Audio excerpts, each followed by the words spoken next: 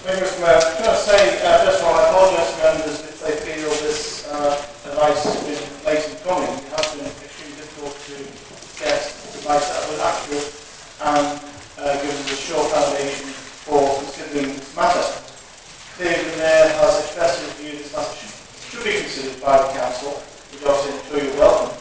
But also, I think it's important that you are advised of all the circumstances around this matter to assist you in your debate. I don't intend to read the statement out verbatim because I've got it in front of you, but if I can give you one update and also draw out a number of key points to assist you in your debate. In relation to the first paragraph, which relates to Mr. Morgan and his solicitor, you will see that in the last paragraph, last sentence of that paragraph, we have said that we are keen at the earliest opportunity to resolve this matter. And I'm now pleased to say, as of this afternoon at 10 to 3, we have received a first claim from Mr. Morgan in respect of his claim for personal injury caused by the Council. We are very pleased this has now been received, but it will now allow us to proceed to reach a settlement with Mr. Morgan. And we expect that that settlement will go through our procedures that are set out very, very fully. So I'm very pleased clearly that happened in the past to keep the Leeds Board updated on the progress of the settlement. As we indicated, the delay has been unable to reach again the basis of the claim. Certainly that claim has now arrived in at 10 past 3. I will certainly share that where possible with the leaders of all three parties. In relation to the main part of my advice, just to give you a little bit of background on this, clearly we received an FOI from a member of the public seeking information regarding the circumstances of the leaving of two officers just for the publication of the AKA report. It was our judgment and our legal advice that it would be wrong to issue information to the public or indeed issue information to anybody else for that matter relating to those officers that would be breach of the legal agreement drawn up between the Council and those two officers. And both the Council and those officers would be at risk if we did that. The member of the public understandably exercised his right to challenge our advice, and it was then sent to the Information Commissioner. The Information Commissioner ruled in favour of the Council that we would not have to disclose information for the reasons I've already outlined. Once again, the member of the public exercised his right to challenge the view of the Information Commissioner and went to a tribunal. And that tribunal was chaired by Judge Hughes and the two independent members sitting alongside Judge Hughes. The words involved in my advice are the words given to the Council from Judge Hughes. They're not views by myself, they're not views by the Council's legal officer, they're not views by the ICO, they're views by a legally qualified judge at a tribunal. People could read the words for themselves, but I'd like to draw out two particular key aspects of those words, which underline, first of all, that the individuals identified within the AKA report have not been convicted of any crime. Public accountability for failings within the Council's practices and rests with the Council as a whole, rather than individual officers. I then go down to the last paragraph of the judge's ruling and draw attention to the underlying section, which said he therefore considers it would be unfair, and given the implied confidentiality of the employer-employee information unlawful, that's his words, unlawful, to disclose that information.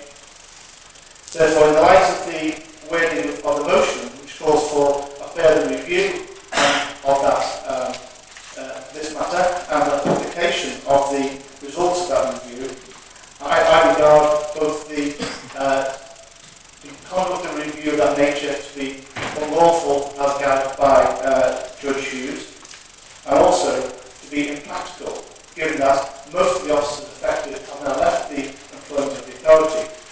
Given there are agreements between the officers and the authority which are legally binding, it would be impossible and impractical to carry out such a review. Therefore, my advice to members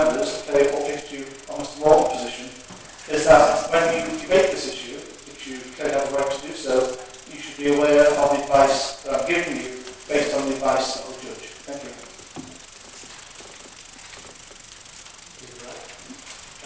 May I ask the proposal and second, please? Second, Mr. Mayor. Thank you, Councillor Reid. Mr. Mayor. Thank you.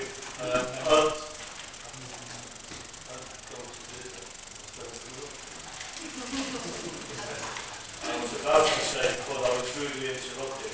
Are there any amendments? Councillor Reid? Yes, Mr. Mayor, there is an amendment, and I'm hoping that members have got that in front of them. I circulated it earlier this evening. Second. Propose, Mr. Mayor, to the second amendment in the name of Councillor Harley and Councillor Williams, just to see the Thank you, Mr. Mayor. I apologise for not giving notice of this, but it is based upon my reading of advice given by the Chief Executive, and therefore I didn't have a chance to. I have spoken rather rudely, I suppose, because other people are speaking to our senior legal officer, Mr. Tour, on a number of occasions, and the amendment has grown, I'm afraid, because various issues were raised. I don't think it'd be in order for me to go through them now. No doubt I'll have a chance to speak. But what I'm proposing is, and I'll explain whenever you let me, to delete the prior to full publication. That is the last 4 words of this motion. Prior to full publication. To delete that, I've got this in writing, I haven't had a chance to photocopy it, and replace it with any investigation to be conducted into issues which are legally allowed, and those parts of the report which are legally allowed to be which are allowed to be legally published are published. I'll read that again if you want. I think the gist is clear. It was a lot simpler before I saw advice on this matter, but there we are. Could I say? Well, I was just going to say, obviously, I respect the right of Councillor Harney to move an amendment, but I would respectfully request an adjournment whilst certainly my group considers that resolution, that amendment which has literally just heard, and I would certainly like to take some legal advice during that adjournment. Can I ask the advice of the leader of the council, and he has access, it seems, to a photocopy, because he had a master of photocopy. Can I have this photocopy so you can read it? Can I just say that the legislation does state that it is required that any amendments that are being presented on the night, there should be enough copies for every member of the authority. And that applies to the amendment, the mover of the amendments. That is in the Constitution. This is the new one. It is, I'll let you allow me to finish this. This is the first time we're trying the new Constitution this evening. I hope I'm doing not too bad a job of it. As it is a minor amendment, could I ask the Chief Executive to read it out again, and then I will move a 5-minute adjournment so members can go away and discuss it, and then come back. So, please, Just a quickie, Mr. Mayor. sorry. We're all going to be relying, these items, anyway, I'm not a lawyer, on legal advice. So it's 5 minutes enough to get down the 3 groups stuff and there's legal advice. That's the only. I'm looking for advice. Right, well, I'm involved then. I'll read out this amendment, and then, first of all, clearly, we can give advice to John and Jen, but also what we'll do is, when we reconvene, we'll also give some further advice to the whole council. Right. In relation to the paragraph 7b of the amendment, just 7b. Okay, just 7b.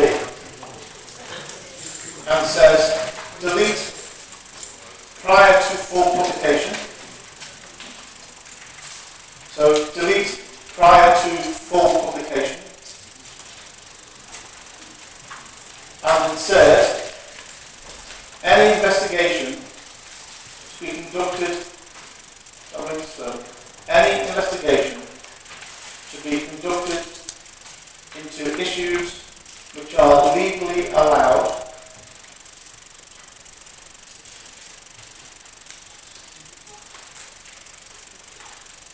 and those parts of the report which are allowed to be legally published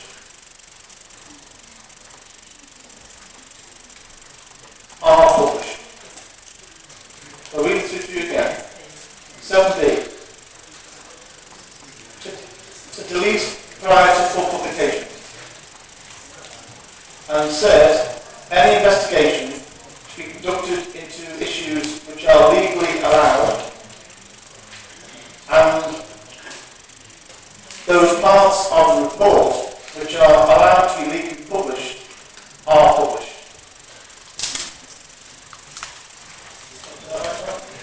Okay. You all got that?